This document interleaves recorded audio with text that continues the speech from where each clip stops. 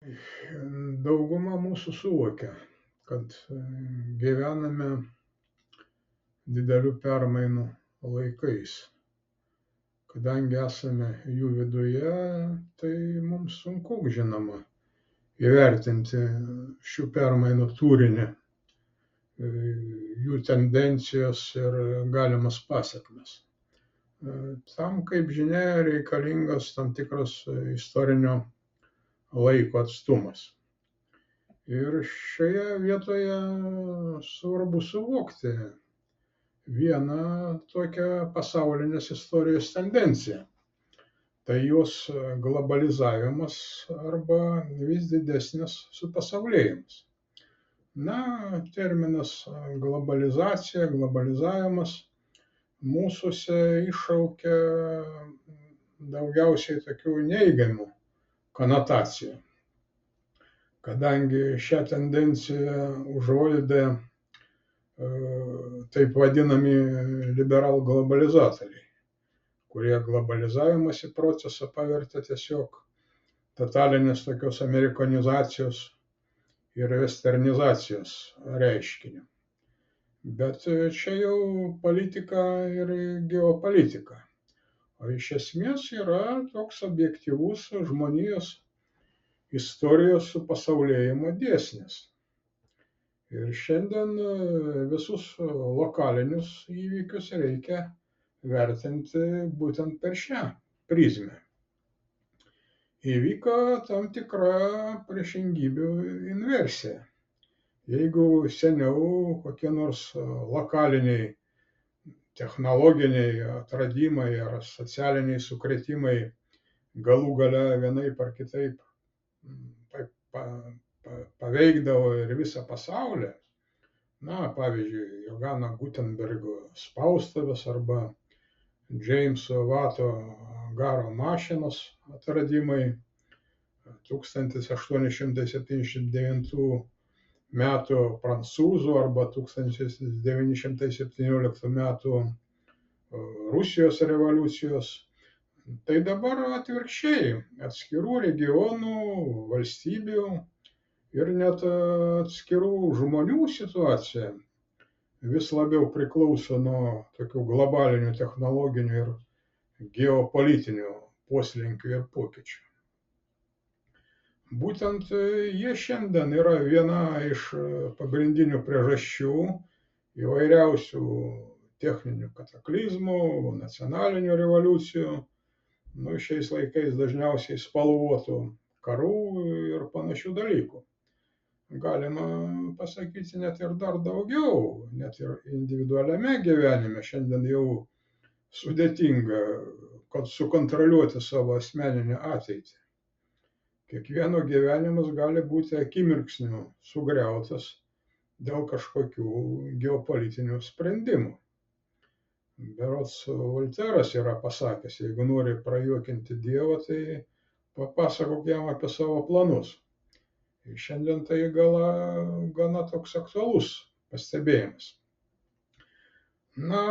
Kokiegi itin reikšmingi ir turiningi globaliniai pokyčiai matomi mūsų dabartinėme gyvenime, kaip sakoma, plika akimi. Mano galva, jų yra bent 3. Pirmas, tai ir pirmiausia,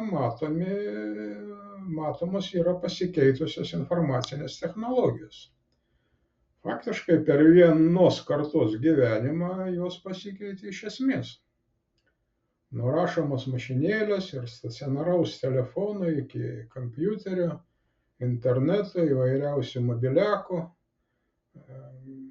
Gali susisiekti ir bendrauti bet su kuo, bet kur.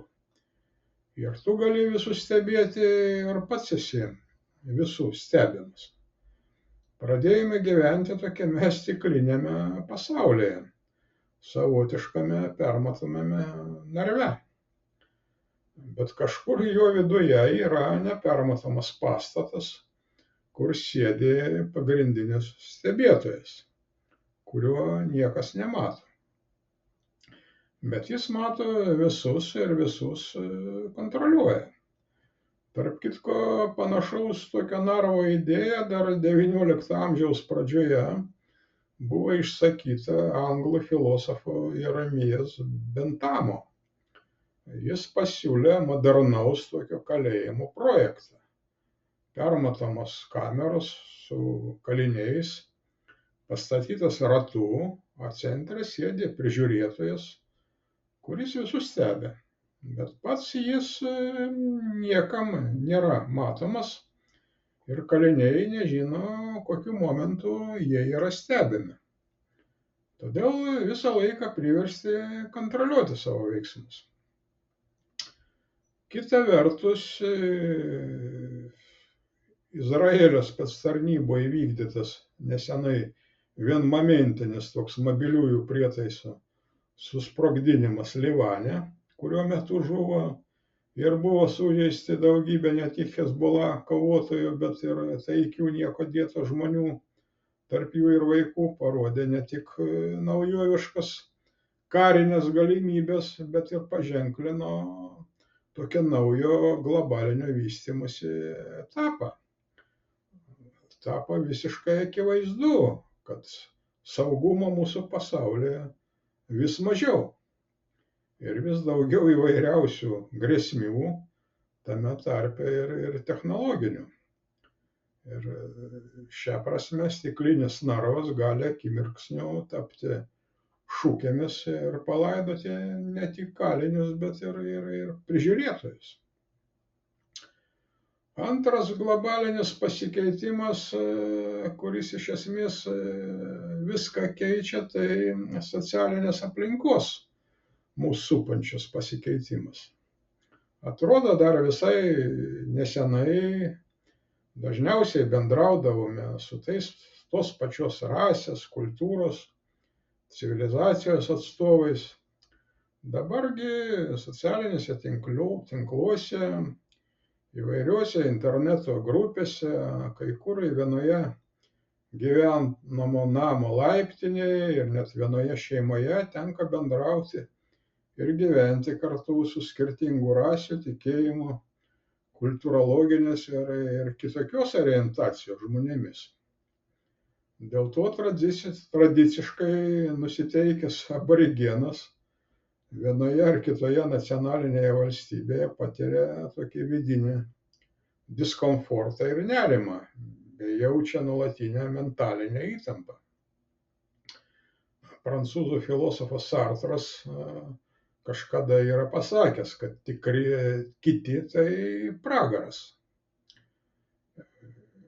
Kai pradedi įtartinai baimingai žiūrėti į savo kaimynus, iš tikrųjų tarsi atsiveria pragaro vartai. Karingos arba atvirkščiai apokaliptinės nuotaikos skverbiasi į vidinį žmogaus pasaulį. Žmogus pradeda kariauti su savo demonais ir su aplinkiniu pasauliu, arba visiškai pasiduoti jiems ir plaukti pasroviui. Tai ir yra toks totalinis pragaras. Na ir trečias poslinkis, pakitimas, tai yra tai, kad keičiasi ir pats žmogus, apie ką man jau teko kalbėti vienoje laidoje. Jis keičiasi ne tik iš vidaus, bet ir iš išorės, keičiasi net jo biologinė prigimtis ir fizika. Žmogus gali keisti savo lytį, atskirus organus, įsimontuoti į savo kūną įvairius čipus bei implantus, prisimpuoti įvairių vakcinų ir steroidų, įvairiausiai modeliuoti savo išvaizdą. Jo dvasinis gyvenimas primityvėja ir lengvai pasiduoda tiksliniai vartotojiškos išorės įtakai. Keičiasi, žinoma, ir santykiai tarp žmonių. Net ir aršiausi tarybinio socializmo kritikai, jeigu jie nors dalinai išlieka objektyvūs, priversti pripažinti, kad santykiai tarp žmonių gūdžiais, kaip dabar sakoma, tarybinio socializmo laikais, prie visų materialinių nepriteklių buvo ir teisingesnė, ir geranoriškesnė, ir draugiškesnė, nuoširdesnė, šiltesnė, atviresnė, vienu žodžiu, žmogiškesnė nei dabartinės klestinčios laisvės ir demokratijos laikotarpiu. Mes bendravome ir draugavome todėl, kad mums tiesiog buvo įdomu būti kartu, o ne dėl to, kad man kažko tai reikėjo iš kitų. Bendravimas dabartinėmis sąlygomis tai dažnai faktiškai savotiško tokio biznio rūšis. Keičiasi ir žmogaus dvasinis pasaulis. Euro žmogus tai tiesiog pilkas praradęs individualumo vartotojas. Šia prasme jis veda beveik gyvulišką gyvenimo būdą, tik iš išorės papudruotą žmogiškaisiais atributais. Jo dvasinis pasaulis paženklintas atvirkštiniu energetiniu užtaisu. Viskas jame tarsi pasikeitė savo vietomis. Laisvė tai vergovė, tiesa tai melas, karas tai taika, kairė tai dešinė, demokratija tai diktatūra, meilė tai neapykanta, gyvenimas tai mirtis, balta tai juoda. Kultūrinė prasme jis primityvus, paviršutiniškas ir kompiuterizuotas. Visi šie esminiai globaliniai pokyčiai, jų yra žinoma ir daugiau, veda žmonijai taip vadinamą naują stebuklingą pasaulį, kurio kontūrus įvairių sričių specialistai jau yra išprognozavę. Apibendrinančias prognozes galime trumpai pateikti tokią šio pasaulio naujo viziją. Tai skaitmenizuotas, kiaurai permatomas, unifikuotų, kiborgizuotų, belyčių, betaučių, beveidžių ir bevalių padarų žmogelynas, valdomas iš vieno nematomo centro. Iškyla, žinoma, natūralus klausimas, ar galima ką nors priešpastatyti tokiai vystymosi tendencijai. Kaip su ją, ypač su jos nešėjais ir interesantais, nes niekas visuomenės gyvenime nevyksta savaime, visada yra suinteresuotas tam tikrų įvykių raida grupės ir asmenys, kovoti. Yra skirtingi atsakymai į šį klausimą. Vieni siūlo grįžti į katakombas, kaip tai darė pirmieji krikščionys, atokiuose vietovėse kurti įvairias komunas, sektas, bendrijas, kaupti jėgas ir laukti geresnių laikų. Kiti eiti į darbo kolektyvus, telkti bei kelti dar likusį proletariatą ar naujausią prekariatą į revoliucinę kovą. Treti propaguoja asmenybinį tobulėjimą, ragina užsiimti dvasinėmis rytų praktikomis, bendrauti su visata, kalbėti su kosmosu, medituoti ir siekti nirvanos. Ketvirti teigia, kad tik vegetarizmas ir veganizmas išgelbės šį nuodėmingą mūsų pasaulį ir pavers jį ekologiniu ir biologiniu rojumi. Penkti siūlo ramiai sėdėti ant upės kranto ir laukti, kol prošal praplauks priešų lavonas, nes viskas kartojasi šiame gyvenime. Esminės permainos jame jau ne kartą buvo. Ne veltui dar senovės kiniečiai nelinkėdavo niekam gyventi permainų laikais. Bet viskas galų gale kažkaip susitvarko, sugrįžta į savo vėžes. Kaip teigiama vienoje rytietiškos filosofijos knygų, kuo daugiau pokyčių, tuo mažiau permainų. Yra ir kitokių gelbėjimosi variantų. Deja, visi jie paženklinti mažesnę ar tokią didesnę utopiškumo dozę. Dabartinė sistema ir globaliniu ir nacionaliniu mastu griebiasi radikaliausių priemonių tam, kad užsitikrinti tolimesnį savo egzistavimą. Bet kiekvienas veiksmas iššaukia atoveiksmį. Galima prognozuoti, kad vis radikalesnis darysis ir antisisteminis pasipriešinimas, o jo formos vis aštresnės. Žmogus tokiu būdu atsiduria tarp dviejų ugnių. Kaip sakom, ugnyje perkėlos nėra, taigi teks vienaip ar kitaip rinktis. Viskas iš tikrųjų vystosi pagal dialektinį tokį spiralės dėsnį. Į dabarties permainų laikotarpis iš dalies atkartoja XIX–XX amžių sandūros pasaulį, kai irgi naujų techninių išradimų fone Europą apgaubė įvairiausių konfliktų, krizių bei dekadanso ir dvasinės tokios degradacijos reiškiniai. Ir atrodė, kad artėja pasaulio pabaiga. Tada viskas pasibaigė karais ir revoliucijomis, iš kurių galų gale išsirituliavo socialistinė globalinio vystymosi alternatyva.